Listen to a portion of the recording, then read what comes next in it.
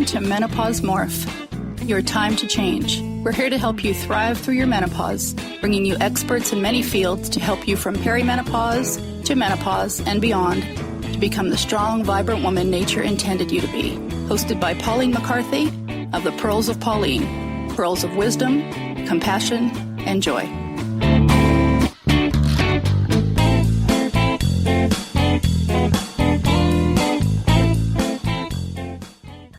Hello, welcome to this week's Menopause Morph. Today we have the lovely Veronica Grant. Veronica is a love life coach, host of the Love Life Connection podcast, and creator of the Dating Mindset Bootcamp.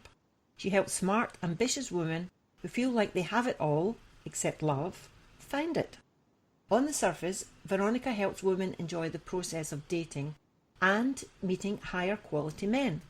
But what she really does is teach women how to create a life they love so they can attract the relationship they dream of into their lives. When she's not writing about herself in third person, you can find her indulging in probably too much HGTV, planning her next adventure, or spending quality time with her husband and puppy. So welcome, Veronica. Thank you. I'm so excited to be here. Okay, so you help women. Today we're going to talk about one of the things that you're an expert in is helping women go into the dating scene again. And, you know, many of our listeners are happily married. So please, ladies, if you're happily married, don't look for another date, you know. Maybe not the wisest choice. But if you find yourself single, whether it's because your partner has passed over into the spirit world, or you have got divorced, or you've just never found the right man, Veronica is the lady to help you. So Veronica, could you tell us your story about how you got into this kind of field?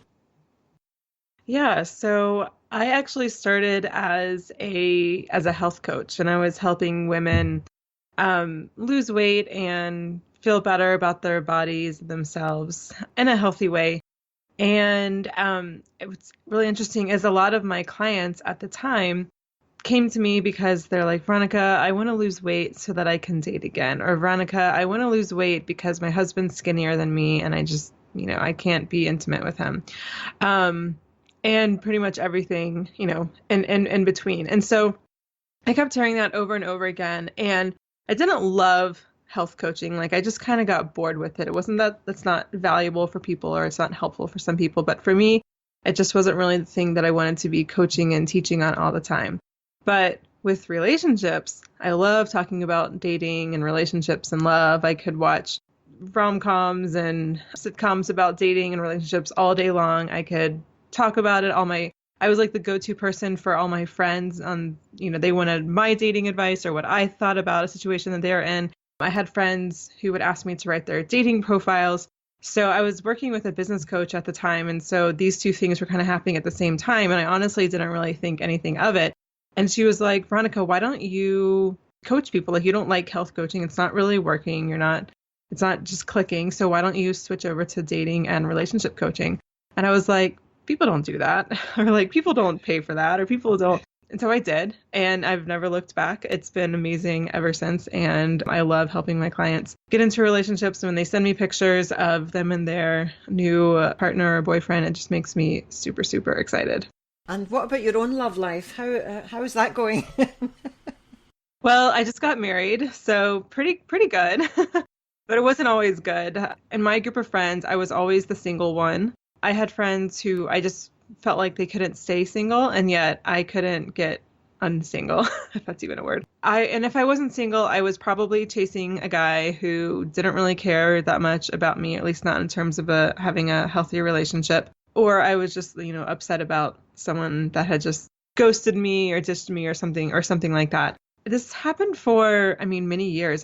For most of my 20s, really. I was just constantly chasing guys who just were not available, whether emotionally not available or literally they were about to move somewhere. And I just was like totally enamored and in love by them. And it took a while to figure out what was going on, but through doing a lot of work on myself, you know, working with therapists on like just totally other things that were going on in my life, I realized that I was actually, in fact, emotionally unavailable. Like, even though on the outside, like logically, I was like, I want a relationship. I want to get married and do that whole thing. Really, I wasn't actually truly available in a deeper way. And most of that was just because I had zero confidence and zero connection to myself. I just felt like I had to put on this perfect facade to be lovable and to be likable. So I felt like I had to have a great image and like literally have the perfect body, have perfect social life and friends and grades and then job and money and career once I got to that part of my life. And so then the littlest thing can knock down that facade. It was like the Three Little Pigs and like I was like the Hay House, like anything can knock it over. And when you get into an intimate relationship, like, you do feel exposed sometimes and you do feel like you are connecting in a deeper way. And like, if, I just didn't have the capacity to do it. So in hindsight, it makes sense why I was attracting emotionally unavailable guys. Through doing a lot of work on myself, like I mentioned, and when I went to health coaching school, because at the time I wanted to help people just get healthy, I actually in turn did a lot of that work on myself, not even really meaning to quote unquote fix my dating. But I realized once I was going through this transformation, dating all of a sudden didn't suck anymore. And I was attracting really great guys. And whether or not it worked out or if it was the right person, like it wasn't like the emotional roller coaster that it was before. And it wasn't just the constant, unavailable guys. It was like actually legitimately real potential matches. And it wasn't that long after I kind of went through that transformation on my own that I met Stevie. Been together for 4 years, just got married. It's been great ever since. Wonderful. When a woman breaks up her relationship, been divorced a couple of times actually, but the last time I decided that I would have 6 months break, and I would just focus on myself, just get my head together, and then for 1 year I would date with no strings attached, and then at the end of the year I would choose the best one. And that sounds like really fairyland stuff, but it worked out exactly like that, and people just don't believe that because when I was telling my friends this plan, they said it doesn't work like that, like you'll meet somebody and then you'll be with it. And I didn't know. For 1 year, no strings attached. And I dated a lot of men, and like I'm a very confident person, so it was like that. What you were saying is like when you're all messed up inside and you're not confident, then you're needy, and then you'll attract needy men. Yeah. If I had dated anybody in that first 6 months when I was like completely messed up, I probably would have attracted really messed up people. Yes, you attract people who mirror you or who are like the what's the word? Like the opposite puzzle piece, right? Antithesis.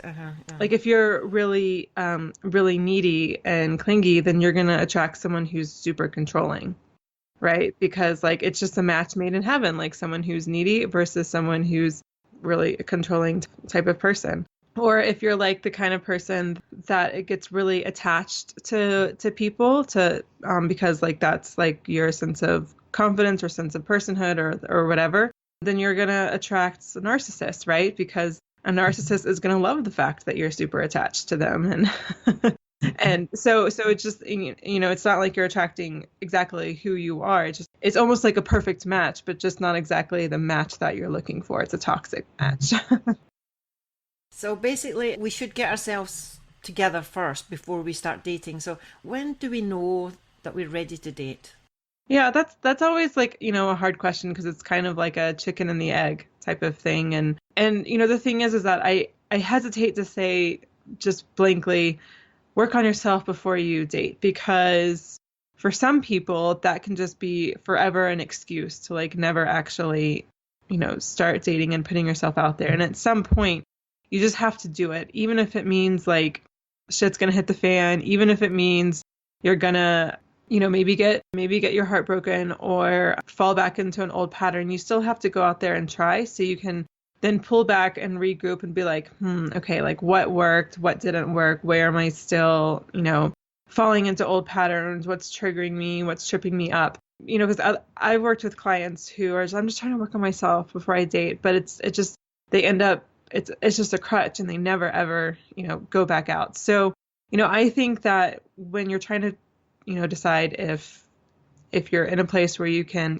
date, I think a couple things to look into is, do you feel like you need this person or need a person to feel whole and complete? And if that's true, then you're probably not ready to date because you're just going to fall right back into an old pattern and trap. Another thing is if something doesn't work out, even if you're not interested in him and he doesn't call you back either, or it's just a mutual, like, not interested, like, are you going to take it really personally and get obsessed with him just because he wasn't interested in you, even though you know you're not interested in him, which, by the way, happens all the time? Then again, probably not quite ready to date. But if you feel like pretty good in that area, then I think, going back out and dating after a breakup or after a divorce, if you do want a relationship, obviously you have to go out there and do that. So does that help as I answer that question for you? It does. And what I believe is that we should write down what we want in a partner. I did it physically. I even said black hair and like this length and this build and age group. I was very, very specific. There was one thing that I didn't put down, and that was that he should be very spiritual. And my husband fitted everything except for the spiritual thing. And now we've been together about 14 years. And at the beginning I thought, well, it doesn't really matter. But the older I get, and then the kids have left the nest, so it's just him and I have a lot of spiritual things in my life, and I can't talk to him about that. And this is going to sound really bad, but if I had written that in my list of what the person would have been, I wouldn't have chosen him as my partner, even though I love him to bits. But I think sometimes we settle for the easy fruit instead of the juicy fruit. We just take the low-hanging fruit. Mm-hmm. Instead of, like, a lot of women, they'll marry the first person that asks them to marry them instead of being choosy. I remember years ago, I was only about 16, and the priest said to me, many women take more care over choosing a coat than they do over choosing a husband. And it's true, like, you try on many coats and and that one doesn't fit, that's a different colour or something. But often we just go with the first or the second person who asks us to marry. If we could write down everything we wanted perfectly about a person, and then we know we can focus on that type of person. What do you think of that idea?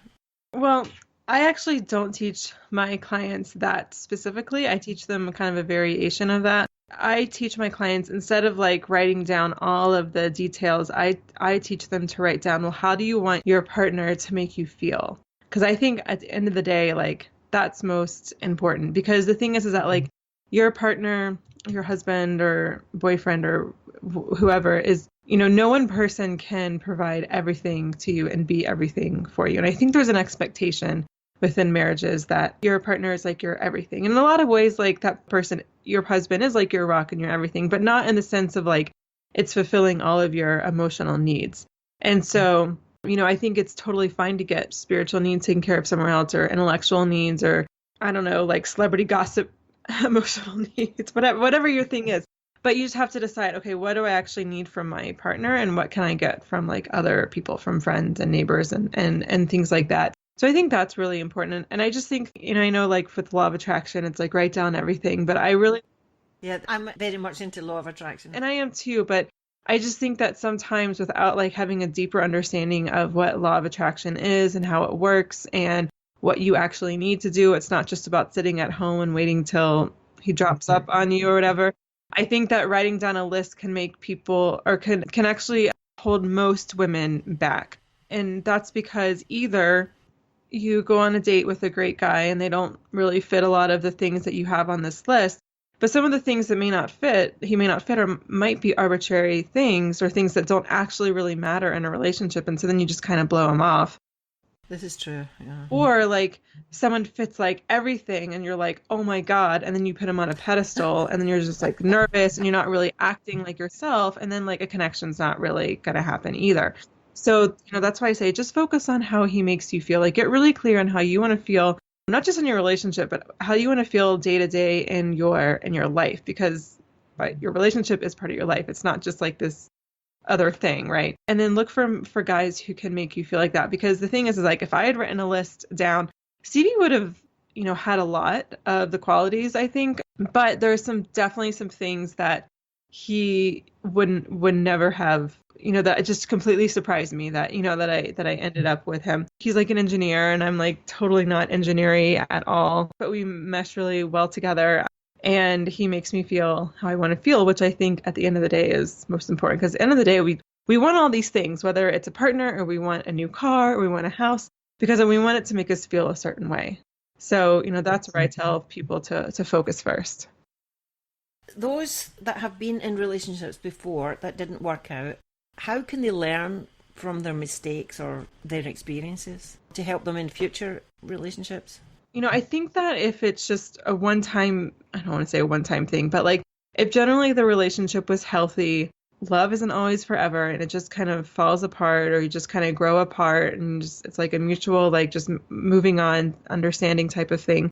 I'm not, this sounds bad, but I'm not so concerned with that. I mean, I know obviously it hurts and it sucks and breakups always are painful no matter what. To me, that's less concerning. What I'm more concerned about is when the same thing keeps happening over and over and over again. Whether it's like dating the same type of guy over and over again, or like you get into 2 or 3 different marriages and like it's literally the same problem. Like the guy's kind of controlling, he might be a little narcissistic, he doesn't really treat you well or respect you, or there's no like really intimate bond. That's what I'm more concerned about. And that's where I think that, if you're experiencing that kind of pattern, I think that's when you really have to look into, because if it's just one relationship like a marriage and it just didn't work out for whatever reason, I don't want anyone to like beat themselves up about like, oh, they did everything wrong and nothing, like they suck at life and they suck at relationships, because sometimes relationships just have expiration dates and there's nothing wrong with that and there's nowhere to blame. It's just like, okay, looking for the lessons of like, when did the relationship start to fall apart? What could have been better? Could we have had communication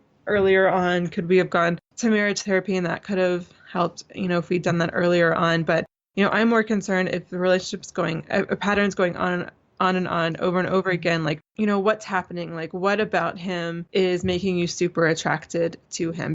Yeah. You hear of some woman and they're in a relationship where the man beats her up and then she gets divorced and she meets another man and he beats her up and she goes through several, and every man she's with beats her up. Right. That's a pattern because most men don't beat women up.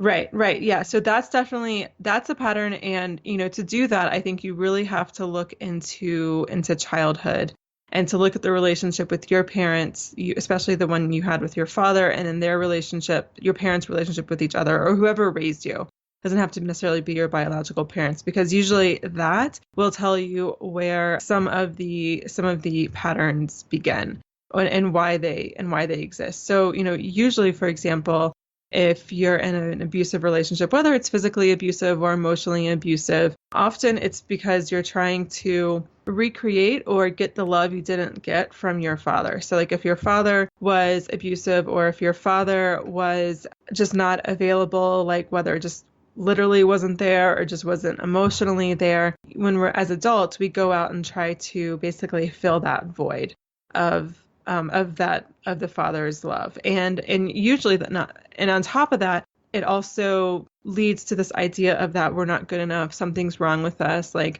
our father used to beat us or wasn't there for us because we weren't good enough for him, because we didn't make good enough grades, or because we weren't pretty enough, or because we couldn't make him happy. And so then that tends to attract people just like him, just like your father, who, have issues, their own issues dealing with their own emotions, and they take it out by, abusing the ones around them. So, it's not, say this people who have been in abusive relationships, but especially repetitive abusive relationships, that it's not by accident. You didn't make him mad or abusive. Like he like that's his own. That's his character. Yeah.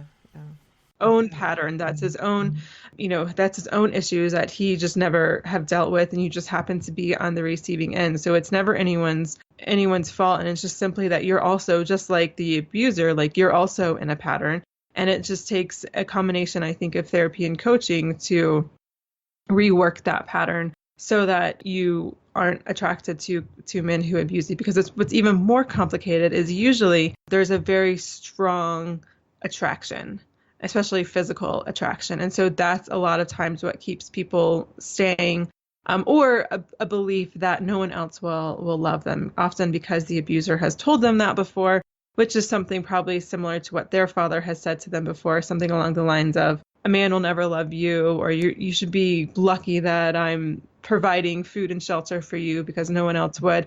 And so it just creates this belief, well, no one else will love me, so I'm gonna stay. So there's a lot of things going on in relationships like that. And so that's why they just repeat themselves, because it's familiar. Even though no one wants to be abused and no one wants to be in that situation, it's just what's familiar. And that's how our brain works. If you think about it just on a very simple level, like think about how hard life would be if you had to consciously think about every single thing you did every day. So like, okay, I'm going to brush my teeth. I got to grab the toothbrush. I got to put the toothpaste on the bristles. Like, it would just be exhausting. At this point, you just do it automatically because it's familiar. And that's how the brain wants to operate, so it can be most efficient as possible. And the same things happen when you're in patterns and relationship patterns. Like, your brain just goes to default mode because that's easy and that's what it knows how to do. Being in a relationship that's healthy, even though it's what you want, feels hard and feels foreign. And so a lot of times there's like that panic or freak out, like, oh, I don't know what this is. I don't know what's going on. And so then you revert back to pattern, your old pattern, which often may be like an abusive pattern. So that's why it takes a lot of outside support, and usually not just friends and family, because they may not understand it in a deeper way, but really either with a therapist or a coach who understands this type of stuff would, really be important to help you break that pattern, because it's been your whole life and it's not going to just break in 3 months. It might take a couple of years. So I suppose it's a bit like in the Alcoholics Anonymous, when I think it's for 1 year, they're not meant to date. Right. They're meant to just focus on getting sober. And so if you've been going through a series of abusive relationships, then you should have your time where you just don't date. You just focus on getting yourself sorted. Yeah, I think that's helpful, but I also think it's a little bit different because, with alcoholism or really any kind of addiction or addictive behavior, it's really just a matter of, for people who are addicted to whatever, whether it's alcohol, food, sex, drugs, whatever, they just don't have the resources they need. So, right. So like they feel sad or they feel stressed, right? So they turn to alcohol when they feel like that, rather than turning to like journaling or meditation. We all like have these resources that we use to help ourselves feel better when we feel bad. And so the thing is, the resources have different consequences, right? So like drinking a lot of alcohol obviously has consequences. Journaling or meditating or going on a walk, obviously it's going to have different, more beneficial consequences to as a coping mechanism. I mean, this is my opinion, but I'm sure other people say different things. I think part of the reason why the first year in AA you're not supposed to date is because there's just a lot of emotions going on, or could be going on when you're dating and in relationships, and it could be very, very easy. And they can be very intense. And so it can be very easy to resort back to alcohol or whatever you're addicted to, rather than a healthier coping mechanism like journaling or calling a friend or meditating or exercising or something like that. So I think it's similar to, getting out of abusive relationship and, learning different coping mechanisms. But I think because they're not necessarily addicted to it in the same way alcoholics are addicted to alcohol.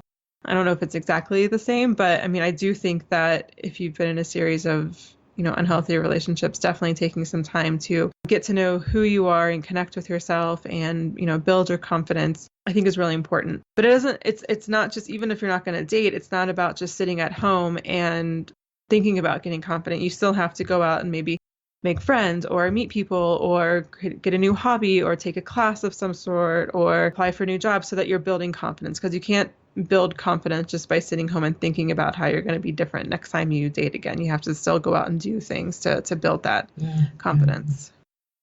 I had a really difficult divorce, and I was medicating myself with ice cream and crisps. I think called them potato chips in America. Potato chips. But it was a pint of Ben & Jerry's, Pringles, or other kind of potato chips, and sometimes Mars bars every single night. I put on about 20 kilos in 6 months. Can you imagine? Yeah.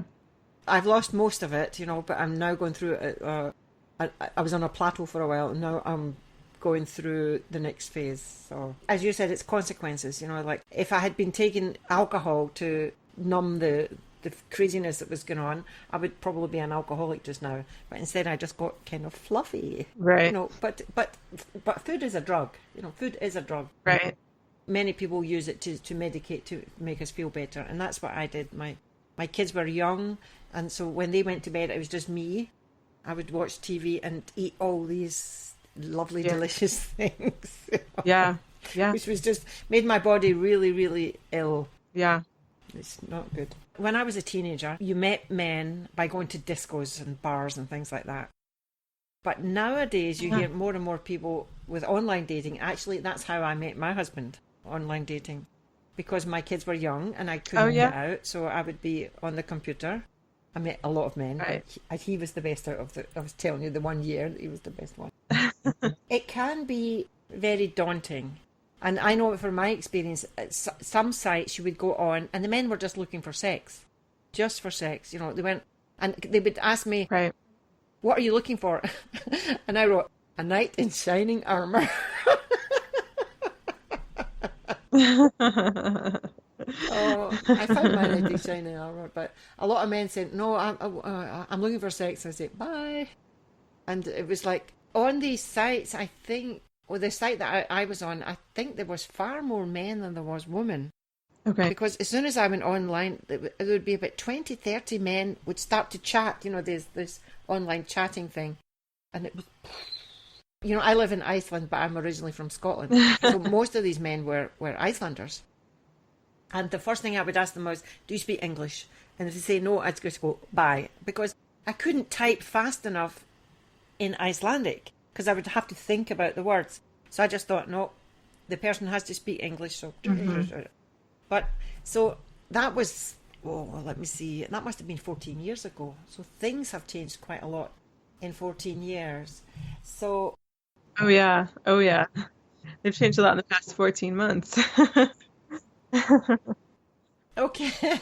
So can you give us advice about online dating then? What are the do's and the don'ts, basically?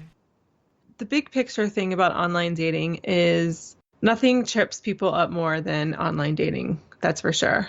But online dating isn't dating in of itself. Like, for example, I will talk with a lot of women. Like before I work with someone, I do just like an intro session to see if we're a good fit to work together. And like, I'll ask them about, okay, so what's dating? What's relationships like? And they'll just immediately talk about online dating and how like the guys are like this, or they don't get messages, or they never respond, or they're always wanting sex or whatever. It's like, okay, cool. That's online dating. But like, what about dating, like other parts of dating? And they're like, and so what I like to say is that online dating is just simply a tool, and it's a way to meet people. It's not the problem, and it's not the solution to your problems. It's just like how signing up for a wine tasting class might be a fun way to meet people, or going to like a meetup kickball game or something, or joining a church might be a good way to meet people. Online dating is a good way to meet people, and it's nothing more, it's nothing less.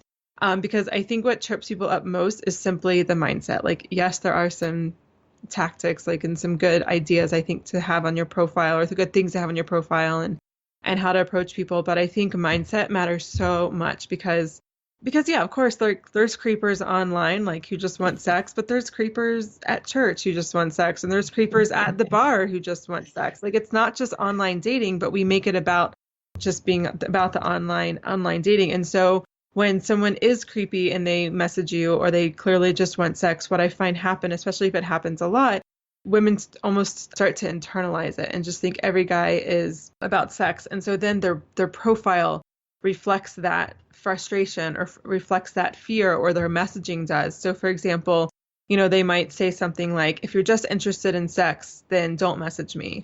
Or like the first question to a person might be like, are you interested in a long-term relationship, and are you married? Right? Because like maybe they've been messaged before by married men. And it's obviously like you want to know if someone's telling the truth, and you want to make sure they're actually single and not married, and say who they say they are, and like not looking just for sex if you want a relationship. But to have that type of language, whether it's in your profile or the messaging, it just sets a really, really bad energy.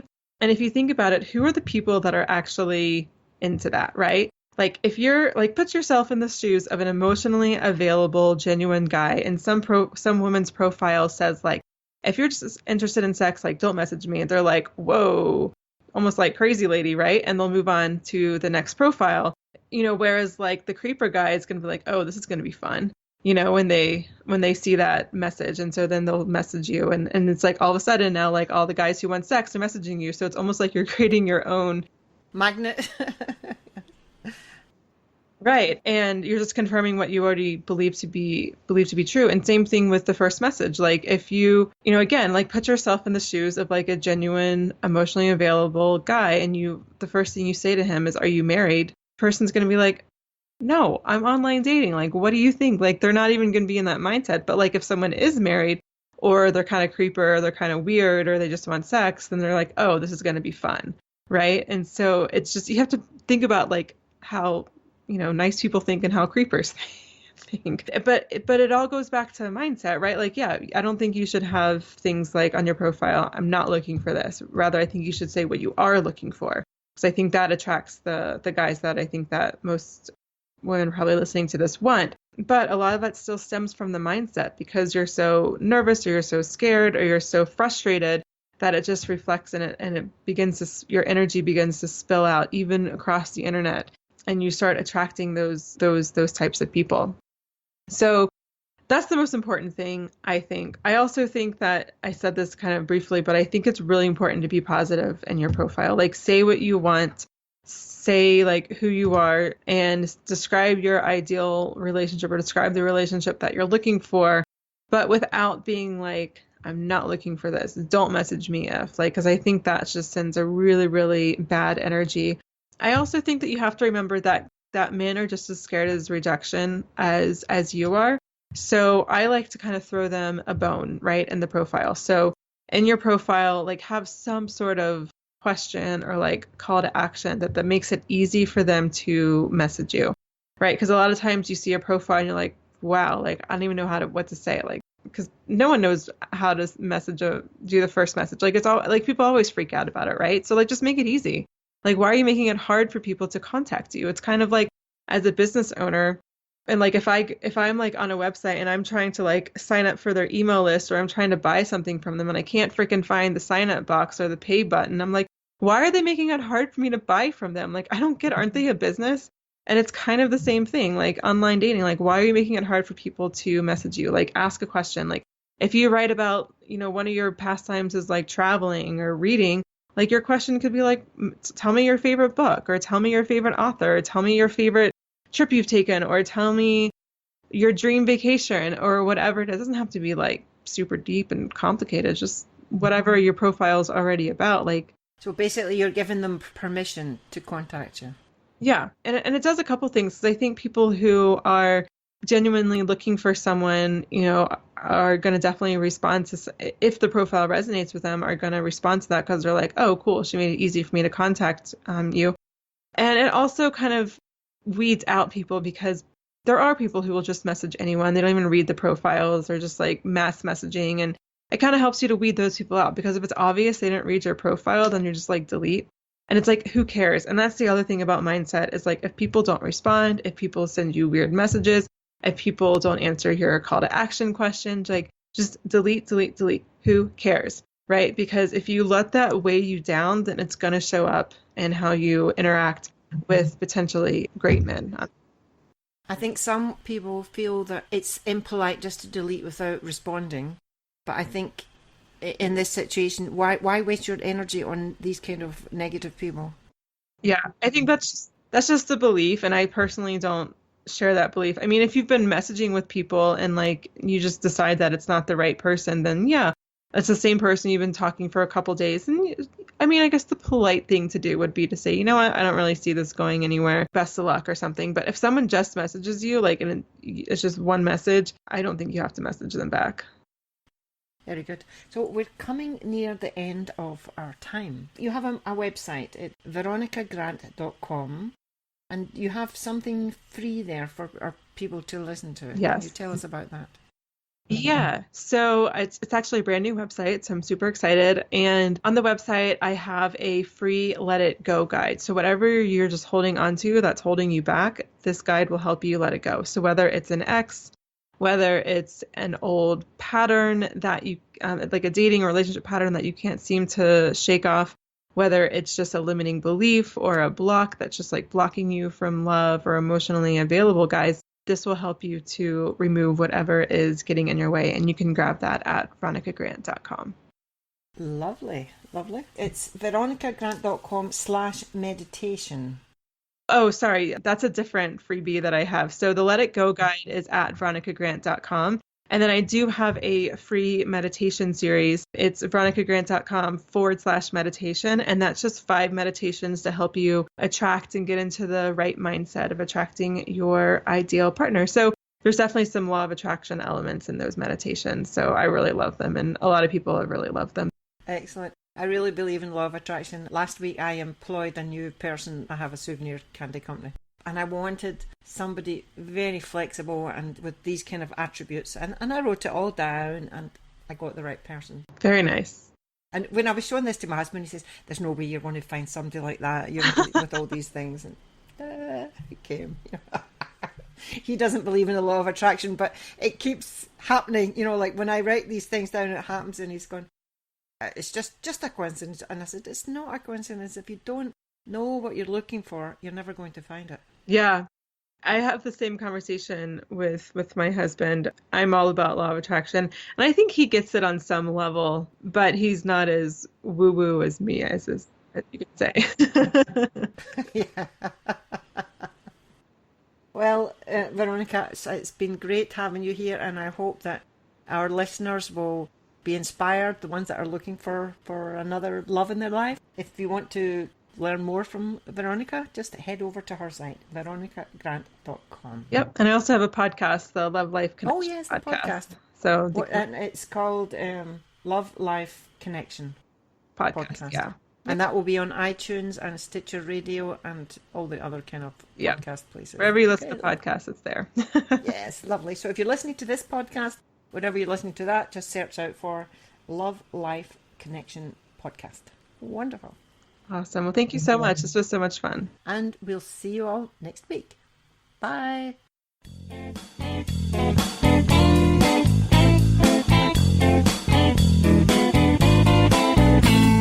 Thanks for listening to Menopause Morph, your time to change. If you've enjoyed the program, be sure to subscribe to the next one and please leave a rating and review on iTunes to help us spread the message about thriving through the menopause. To get a free ebook, more menopausal resources, and to connect with Pauline, please visit www.menopausemorph.com.